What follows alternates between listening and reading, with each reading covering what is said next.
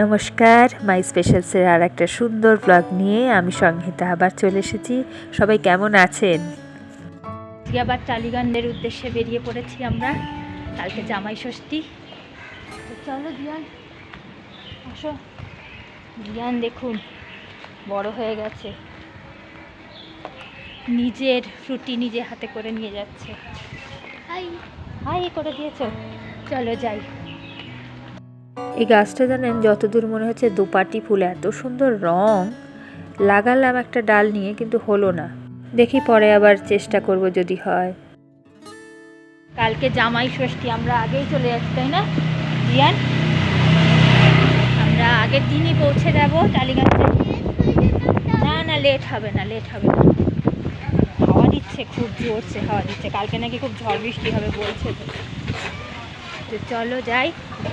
আমরা আগের দিন থেকে গেলে তাহলে মাকে একটু হেল্প করতে পারবো, রান্না বান্না করে দিতে পারবো একটুখানি, যেটুকু পারি। চলুন তাহলে যাই। এখন টালিগঞ্জে যাওয়ার দুটো কারণ, এক হচ্ছে জামাই ষষ্ঠী, আর তার উপরে বোনও আসবে। আবার কবে আসবে কে জানে, হয়তো পুজোর সময় আসতেও পারবে না। তো এই সুযোগে ওর সাথেও একটু দেখা হয়ে যাবে। বোনরা আবার কাশ্মীরে ঘুরতে গেছে, সেখান থেকে ডাইরেক্ট ফিরবে। তো সেখানকার গল্পও তো আছে, শুনতে হবে তাই না?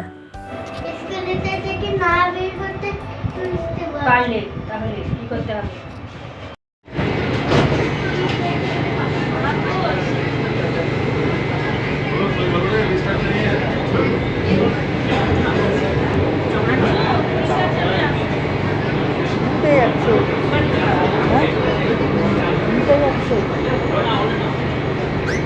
এখন প্রায় 7:30 মতন বাজে, আর আমরাও পৌঁছে গেছি মহানায়ক উত্তম কুমারে।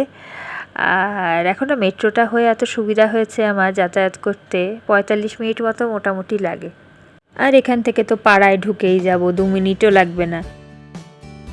আমার জানেন তো, সেদিনকে হঠাৎ একটা কথা মনে হলো যে আমি যে ভিডিও শেষের দিকে আপনাদের বলি ভালো থাকবেন, সুস্থ থাকবেন, আনন্দে থাকবেন, আর নিজের খেয়াল অবশ্যই রাখবেন, এই যে পার্টিকুলার কথাটা বলি, তো সেটা তো অনেক সময় আপনারা বলতে পারেন যে নিজের খেয়াল বলতে তুমি কি বোঝাতে চাও।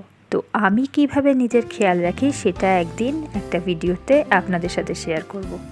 তো আজকের ব্লগটা আর বেশি বড় করছি না, এখানেই শেষ করলাম। ভালো থাকবেন, সুস্থ থাকবেন, সেই একই কথা বলছি।